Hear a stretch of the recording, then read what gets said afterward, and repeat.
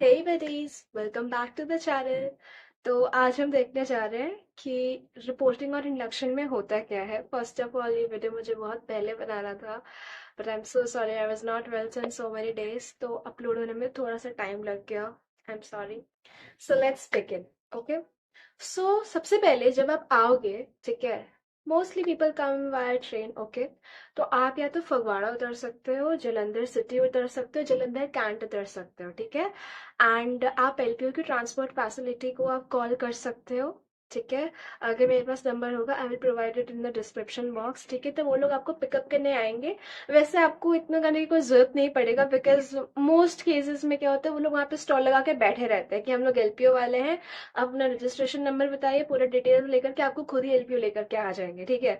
But if you want more of a city tour तो prefer करते Jalandhar city से उतरने के लिए, बिकॉज वो थोड़ा दूर पड़ता है, somewhere around half an hour, ठीक है। जलंधर कैंट से it is somewhere around 20 minutes, ठीक है। एंड फगवाड़ा से 10-15 minute.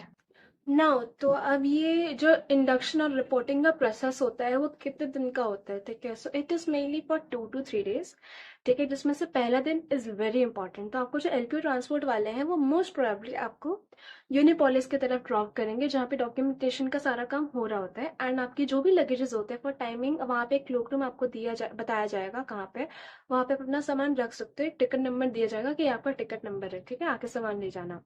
Now coming towards the documentation process, क्या क्या डॉक्यूमेंट्स आपको लेके जाने हैं, नेसेसरी डॉक्यूमेंट्स, ठीक है। Now it has to be your 10th boards marksheet, ठीक है, 12th की मार्कशीट, फिर migration certificate, transfer certificate, character certificate, ठीक है। एंड अगर एलपीयू ने और भी कुछ स्पेसिफाई किया हो कि आपको ये सारे डॉक्यूमेंट्स लेकर के आना, जैसे जो आपको एंटी रैगिंग और बहुत सारे एनेक्सेस बोलते हैं ना, वो सारे प्रिंट आउट अगर लेके आने के लिए कहा है तो आप लेके चले जाना, ठीक है। हालांकि अगर गलत फॉर्मेट में आपने उसको लिखा होगा तो हमें आपको खुद सामने से प्रिंट आउट करके दे देंगे, ठीक है। मैंने खुद गलती की थी तो मुझे 2-3 बार दे दिया था उन लोगों ने।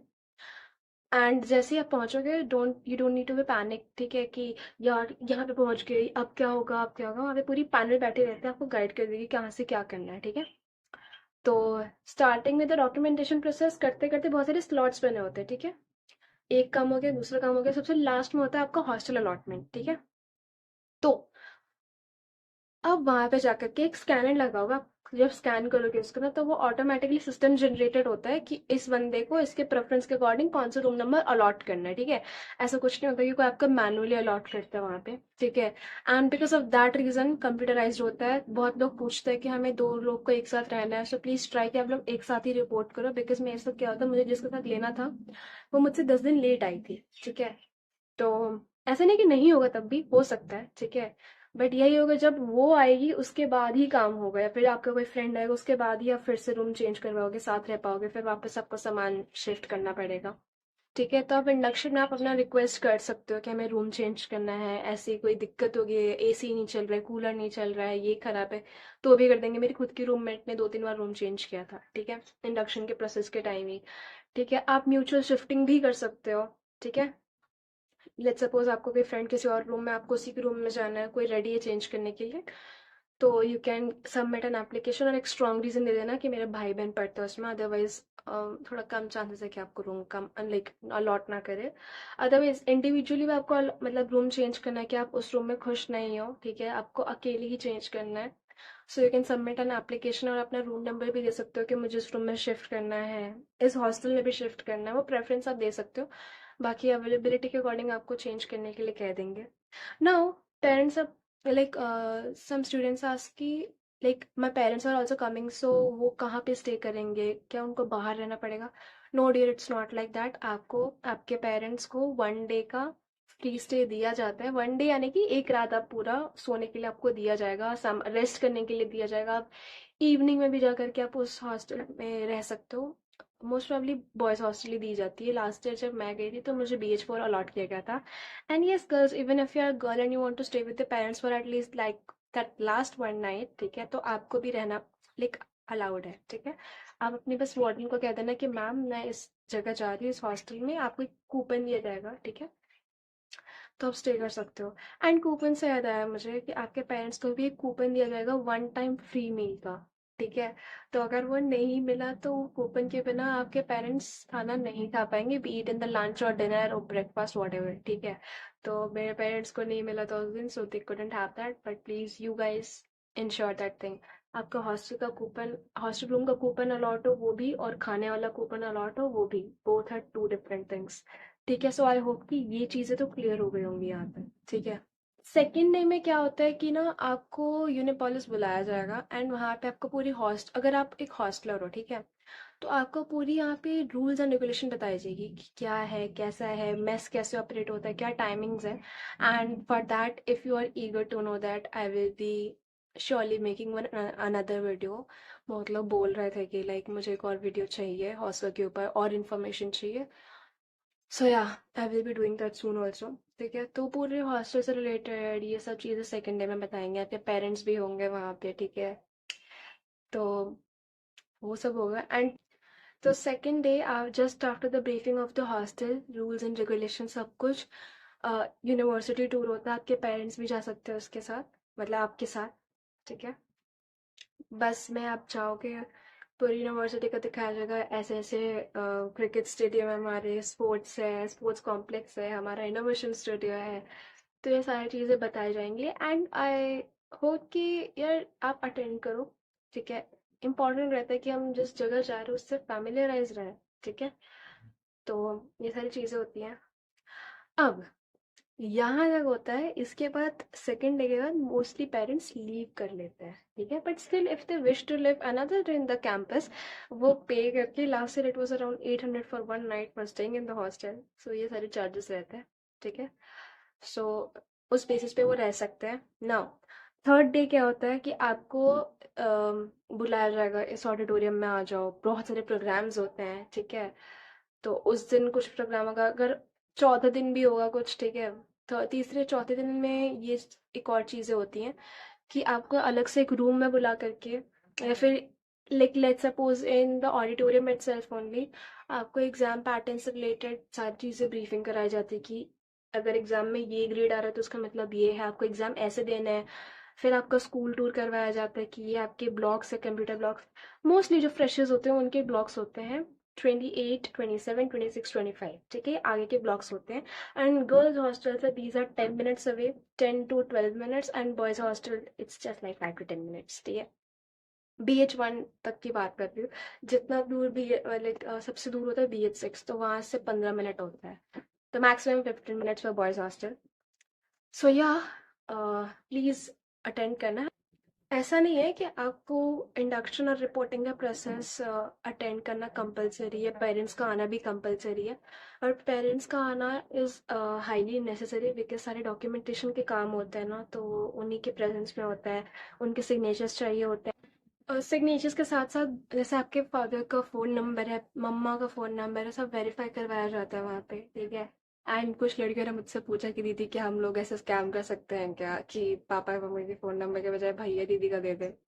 डियर देखो, अगर यूनिवर्सिटी वालों को पता चला ना, और वो चेक करते हैं इन सब चीज़ों को, ठीक है, कि यूनिवर्सिटी मतलब जो फ़ोन नंबर दिया गया है वो किसी और के पेरेंट्स का नहीं है, तो यूएमसी केस लगता है एंड आपकी स्कॉलरशिप जाएगी। So please avoid getting in these frauds. Okay, and now आपको ना, जैसे रिपोर्ट करते हो, जैसे ना पहुंचते हो, उसको बोलते हैं रिपोर्टिंग। इंडक्शन होता है 3-4 दिन का सारा जो प्रोसेस होता है। ठीक है, तो इसमें बहुत सारे इवेंट्स होते हैं, गेम्स होते हैं, एक्टिविटीज होते हैं। ठीक है, तो अगर एक दिन का फ्री का फॉरवर्ड का दिन बच जा रहा है तो उस दिन आपको जलंधर का सिटी टूर कराने ले जाएंगे, बट चार्जेस लेते हैं उसके। Last year it was like 150 पर पर्सन।